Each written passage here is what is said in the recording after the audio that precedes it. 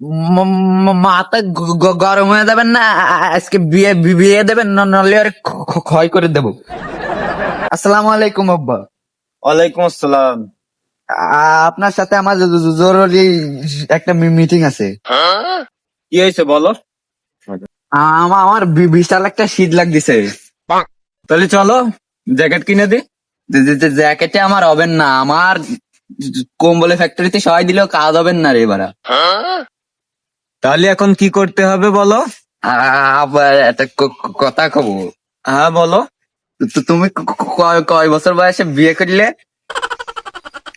তো দাদা তো আমারে বিয়ে দেওয়ার চাইছিল না, তবে আমি 14-15 বছরে জোর করে বিয়ে করে ফেলাইছিলাম। তাহলে এখন আমার কয় বছর? তাহলে আমার 19 বছর বয়স হলো কেমনি? কথার আওয়াজটা একটু বাইরে যাচ্ছে না? ভলিউম তো একটু বেশি হবে। যে তুমি দাদারে কি করে বিয়ে করলে? তো দাদা তো আমার বিয়ে দেওয়ার চাইছিল না, সারা রাস্তা দাও নিয়ে দাবড়াই বেড়াইছিলাম। তালি বা তো মাথা হিট হয়ে যাবেন না, বিয়ে দিবি কিনা সে দেখো। এবার মাথা হিট হয়ে গেছে। আরে বাপ, যে মেয়ে দেখেছি ওই মেয়ে ভালো না। হাট, সংসারকে আমি করবো না। সরি আব্বা, ও মেয়ে ভালো না, তা আমি সংসার করবো।